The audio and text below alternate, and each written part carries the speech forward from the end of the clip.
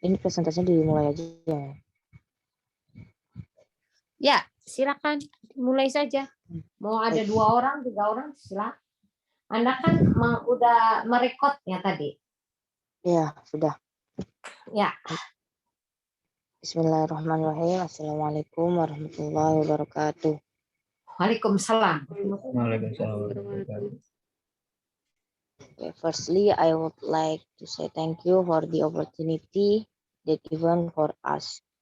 Okay, before we start our presentation today, let me ask the moderator introduce my group member.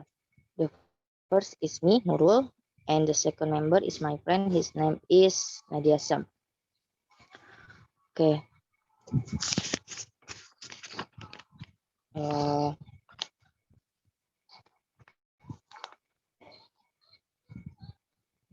Today we will present the material for chapter 6, which is about reading comprehension and listening.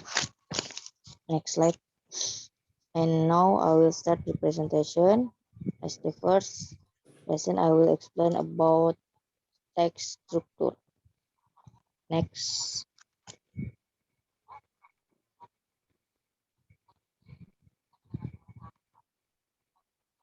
Okay. We tell generally ideas in every writing next. It could be a screenplay, a book, a song, a story, or something else.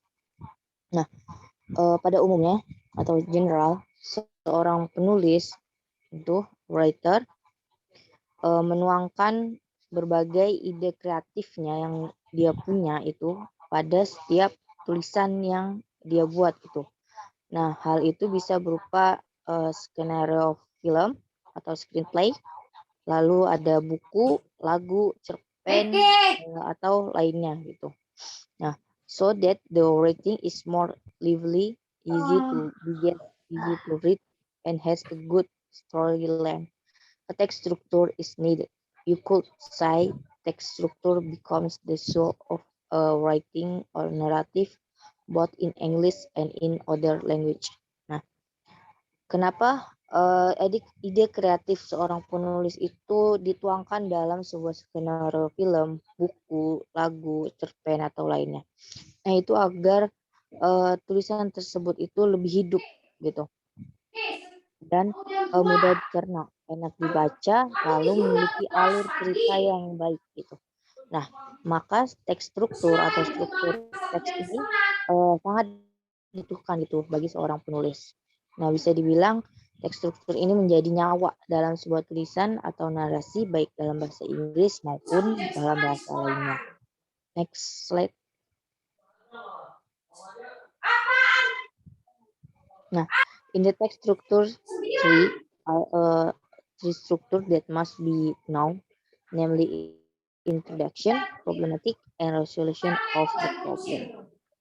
Nah, di text struktur ini memiliki 3 struktur gitu yang harus kita tahu. Yang pertama itu ada introduction, yaitu pengantar. Yang kedua itu problematic atau permasalahan. Yang ketiga itu resolution of the problem atau penyelesaian. Yang pertama ini ada introduction atau kata pengantar. At the beginning of the narrative, the writer should introduce the reader to the background, pride, person, and goals of the main character. Nah, pada bagian introduction ini atau pada bagian pengantar itu, penulis ini itu mengenalkan kepada para pembacanya, yaitu yang pertama adalah latar belakang dari apa yang ditulisnya, lalu pengenalan karakter, watak serta situasi, dan terakhir itu ada tujuan atau goals dari adanya karakter utama tersebut. Nah, next slide. Nah, yang selanjutnya yaitu ada problematik. Nah, in the midst of the narrative, the story will develop through the problem of the story, where the main character will be in a series of problems that require resolution. Nah, pada awal narasi itu, kan kalau tadi di awal narasi itu atau di introduction, pengantar itu menjelaskan mengenai latar belakang, karakter watak, situasi, dan lainnya. Nah, pada problematik ini, itu cerita mulai berkembang gitu, sudah mulai masuk pada permasalahan pada cerita tersebut.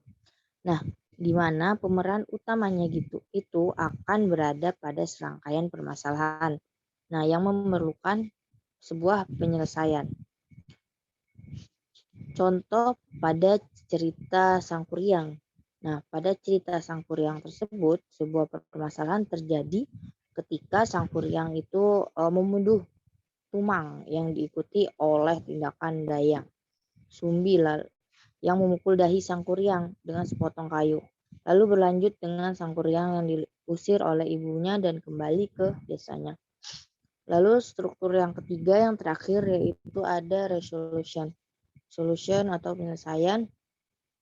This resolution will contain the resolution of the problems that exist in the story to bring the climax in the story, whether I will end happily or even sadly.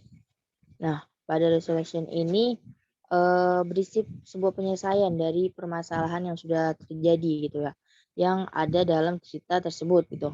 Nah, untuk membawa klimaks gitu ya dalam sebuah cerita. Apakah sebuah cerita akan berakhir bahagia atau berakhir menyedihkan gitu. Nah, pada akhir cerita ini masalah itu akan diselesaikan dengan menyedihkan gitu pada cerita Sangkuriang ya.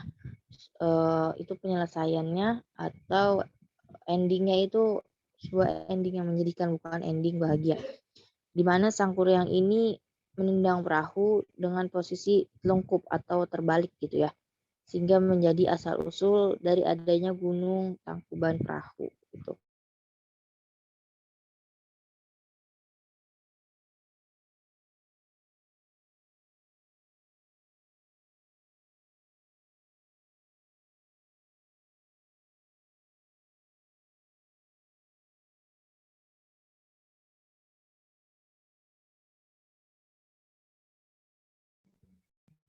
Nadia, silakan untuk melanjutkan presentasi. Selanjutnya yang akan dibahas yaitu tentang konten analisis atau yang bisa disebut juga analisis isi. Next. Content analysis is research then is in-depth discussion of the content of written or print information in the mass media. Konten analisis atau analisis isi dapat digunakan untuk menganalisis semua bentuk komunikasi, baik surat kabar, berita radio, iklan televisi, maupun semua bahan-bahan dokumen yang lain.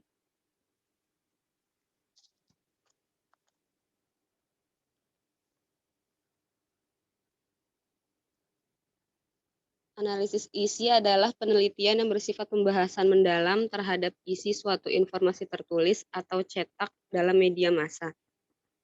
Content analysis can be used to analyze all forms of communication, both newspaper, radio news, television, advertisement, and all other documentation material. Almost all social science discipline can use content analysis as a research technique or method. Analisis isi dapat digunakan untuk menganalisis semua bentuk komunikasi, baik surat kabar, berita radio, iklan televisi, maupun semua bahan-bahan dokumentasi yang lain. Hampir semua disiplin ilmu sosial dapat menggunakan analisis isi sebagai teknik atau metode penelitian. Next. In line with technological advance, in addition to manually, computers are now available to facilitate the process of content analysis research, which can consist of two types, namely the calculation of word and a market dictionary, which is which is often called the General Inquiry Program. Sejalan dengan kemajuan teknologi, selain secara manual, kini telah tersedia komputer untuk mempermudah proses penelitian analisis isi, yang dapat terdiri atas dua macam, yaitu perhitungan kata-kata dan kamus yang dapat ditandai yang sering disebut General Inquiry Program. Next.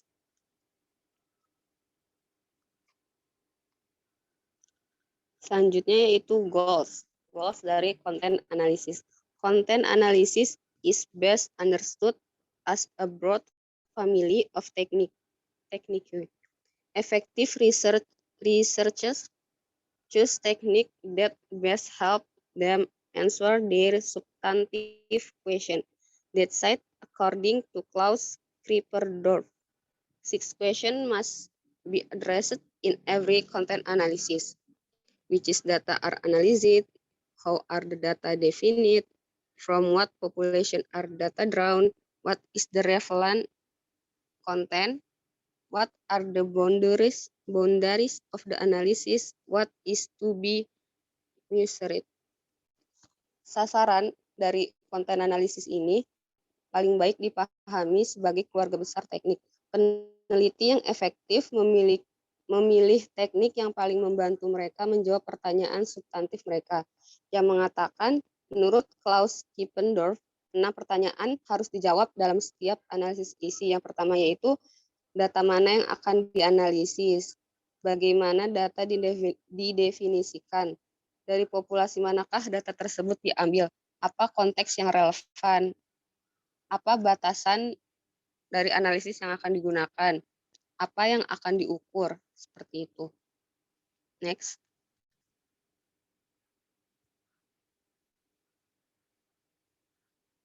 The simple and most objective form of content analysis consider unambiguous characteristics of the text, such as word frequencies, the page area taken by a newspaper column, or the duration of a radio or television program.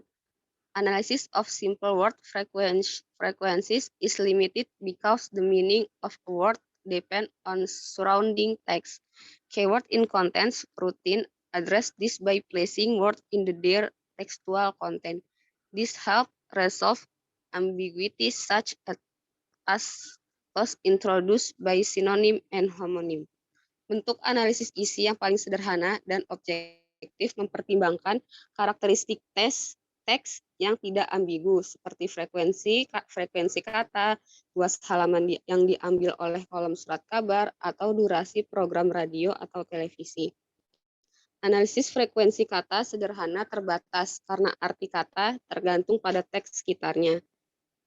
Keyword in contents rutin mengatasi hal ini dengan menempatkan kata-kata dalam konteks tekstualnya. Ini membantu menyelesaikan ambiguitas seperti yang diperkenalkan oleh sinonim dan homonim.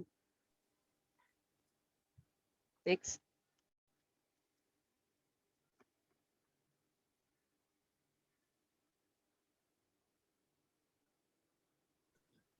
Five person ya? 5 orang ya? Yes, Yang lain mana? Maaf, saya baru pulang, jadi saya baru Gimana? Baru sampai rumah. Baru ini ada 5 person. Yang lain mana? Hanya 4. Emang segini, Mem. 4, Mem. Oh, alah. Harusnya ada 4 satu mahasiswa lagi. doang PBS. Ada satu lagi karyawan. Dan Karyawan. Oh iya. Oke. Oke, saya. Jadi karyawan satu lagi pindah. Enggak. Gimana? Masih Mem. kuliah, cuman jarang masuknya. Jarang ikut. Terus presentasinya gimana? Yes, Mem. Belum presentasi dia, Mem. Belum presentasi sama sekali ya. Oh ya udah. Belum gilirannya. Iya, belum. Oke. Walah, enggak ngeh saya itu. Tadi baru pulang, jadi anak saya suruh jemput saya sampai 1,5 jam nungguin di kantor. Jadi saya baru sampai rumah. Ya, oke, lanjut. Next. material is reading text and excitement. Next slide. Reading comprehension is the ability to process text, understand its meaning, and to integrate with what the reader already knows. Fundamental skill required in efficient reading comprehension are knowing meaning of words, ability to understand meaning of a word from discourse context, ability to follow organization of passage and to identify attendance and reference in it, ability to draw in inference from a passage about its content, ability of ability to identify the mind truth of a passage, ability to answer question answered in a passage. Nah, membaca pemahaman atau reading comprehension is the ability to process text gitu. Itu adalah sebuah kemampuan untuk memproses sebuah teks gitu. Lalu understand its meaning, memahami makna dari sebuah teks, and to integrate with what the reader already knows, dan mengintegrasikan gitu dengan apa yang sudah diketahui oleh pembaca gitu. Jadi membaca pemahaman adalah kemampuan untuk memproses sebuah teks, lalu memahami makna dari teks tersebut dan mengintegrasikan dengan apa yang diketahui oleh pembaca. Fundamental skills required in efficient reading comprehension or knowing meaning of word. Nah, keterampilan dasar yang diperlukan gitu dalam memahami sebuah bacaan yang efisien adalah dengan mengetahui arti kata, meaning of words, mengetahui arti kata dari apa yang kita baca tersebut. Nah, ability to understand meaning of a word from discourse context. Nah, kemampuan memahami arti kata dari konteks, lalu ability to follow organization of passage and to identify attendance and reference in it. Nah, kemampuan mengikuti organisasi itu sebuah bagian dan mengidentifikasi attendance dan referensi di dalamnya gitu. Nah, sebuah kemampuan memahami arti dari kata, lalu dari sebuah konteks wacana, kemampuan mengikuti sebuah organisasi, lalu mengidentifikasi referensi dan hal-hal yang ada di dalamnya, lalu ada kemampuan menarik, yang terakhir itu ada kemampuan menarik kesimpulan gitu dari apa yang kita baca gitu, dan kemampuan untuk mengidentifikasi pikiran utama dari suatu bagian, kemampuan untuk menjawab pertanyaan yang dijawab dari suatu bagian tersebut. Lalu next slide.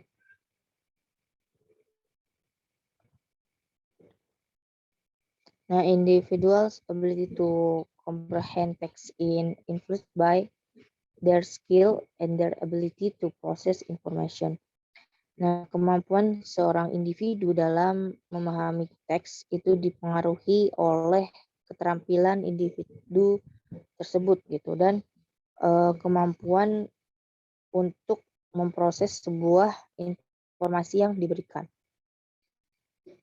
If word recognition is difficult, students use too much of their processing capacity to read individual words, which interferes with their ability to comprehend what is read. Nah, jika pengenalan dari sebuah katanya itu sudah sulit gitu, nah siswa menggunakan, seorang siswa harus menggunakan terlalu banyak kapasitas pemrosesan itu untuk membaca. Nah, kata-kata individual yang mengganggu kemampuan mereka untuk memahami apa yang dibaca itu ada sejumlah strategi membaca untuk meningkatkan pemahaman bacaan dan inferensi, termasuk meningkatkan kosakata seseorang, analisis teks kritis, dan berlatih membaca. Next slide. Homework is a set of text assigned to students by their teacher to be completed outside the class. Common homework assignment might include required reading or typing project, mathematical exercise to be completed, information to be reviewed before a test, or other skill to be practiced. Nah, pekerjaan rumah homework atau PR gitu adalah sekumpulan tugas gitu yang diberikan kepada seorang siswa oleh guru gitu. Nah, PR ini bertujuan untuk dikerjakan di rumah gitu atau diselesaikan di luar kelas atau di luar jam pelajaran. Nah, pekerjaan rumah ini umumnya dapat mencakup mungkin membaca yang diperlukan atau menulis atau mengetik atau sebuah latihan matematika yang harus diselesaikan. Nah, informasi yang akan ditinjau sebelum ujian atau keterampilan lain untuk dipraktikkan oleh siswa. Lalu next slide. The effect of homework is the bad. Generally speaking, homework does not improve academic performance among children.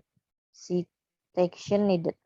Also creates stress for students and their parents and reduce the amount of time that students could spend outdoors exercising, playing, working, sleeping, or in other activities. Nah, efek dari pemberian PR ini atau pekerjaan rumah itu masih menjadi perdebatan. Generally atau secara umum, PR ini tidak meningkatkan kinerja akademik di antara anak-anak. Nah, bahkan di sebagian siswa gitu, dengan adanya PR ini bisa menciptakan stres gitu bagi siswa, orang tua mereka, dan juga bisa mengurangi jumlah waktu gitu yang dapat dihabiskan siswa di luar ruangan. Waktu untuk misalkan berolahraga, bermain, bekerja, tidur, atau dalam aktivitas lainnya. Namun dalam beberapa siswa atau efek yang terjadi gitu dengan adanya pemberian PR ini justru meningkatkan skill akademik yang sudah dipelajari di sekolah. Karena dengan adanya PR ini atau dengan diberikannya PR gitu, siswa dapat berlatih kembali gitu atau mengulang pelajaran yang sudah diberikan gurunya ketika kelas berlangsung seperti itu. Jadi tergantung bagaimana siswa tersebut gitu ya menyikapi adanya PR tersebut. Next slide. Oke. Next is purpose atau tujuan. The basic objective of assigning homework to students are the same as schooling in the general. Nah, tujuan dasar dari pemberian pekerjaan rumah atau PR kepada siswa adalah sama seperti sekolah pada umumnya, yaitu to increase the knowledge and improve the abilities and skill of the student, yaitu untuk meningkatkan pengetahuan serta meningkatkan kemampuan dan keterampilan dari siswa tersebut. Lalu to prepare them for upcoming atau or complex or difficult lesson. Yang kedua itu untuk mempersiapkan siswa tersebut gitu untuk masa yang akan datang gitu atau untuk masa depan siswa tersebut gitu, dimana dengan adanya pemberian tugas rumah gitu dia akan belajar lebih sering atau lebih giat lagi gitu, dan itu akan berpengaruh dalam kinerja dia secara individu dalam meraih hal yang dia impikan di masa yang akan datang. Lalu selanjutnya itu to extend what they know. Terus untuk memperluas apa yang mereka ketahui gitu. Nah, jadi dengan adanya PR ini, apa yang sudah dia ketahui gitu, itu tuh akan lebih meluas lagi jangkauannya. Terus, nah yang selanjutnya itu homework also provide an opportunity for parents to participate in their children's education. Now, homework is designed to reference what students have already learned. Nah, PR atau pekerjaan rumah juga memberikan kesempatan gitu, opportunity for parents atau untuk orang tua untuk berpartisipasi gitu dalam pendidikan anaknya gitu. Jadi orang tua juga turut andil gitu dalam pendidikan sang anak gitu, bukan hanya gurunya saja gitu. Karena dengan adanya pekerjaan rumah, orang tua mungkin bisa mengontrol bagaimana perkembangan belajar sang anak di sekolahnya seperti itu, dan juga dapat membantu secara langsung bagaimana anak tersebut belajar. Nah, pekerjaan rumah ini juga dirancang untuk memperkuat apa yang telah dipelajari siswa. Jadi untuk mengulang gitu ya apa yang sudah dipelajari di sekolah. Jadi dengan adanya pekerjaan rumah tersebut, apa yang sudah dipelajari itu lebih kuat ingatannya. Oke, mungkin itu saja yang dapat kami sampaikan dalam presentasi kali ini.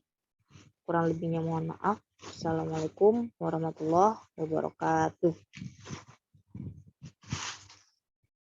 Waalaikumsalam warahmatullahi wabarakatuh. Waalaikumsalam warahmatullahi wabarakatuh. Oke. Good job group 6 ya. Ini kalau karena mahasiswanya sangat sedikit sekali ya. 5 orang apa 4 orang. Baik, saya akan lihat PPT saudara mana yang harus direvisi. Oke. Harus tambahkan before structure the text structure-nya, Anda harus jelas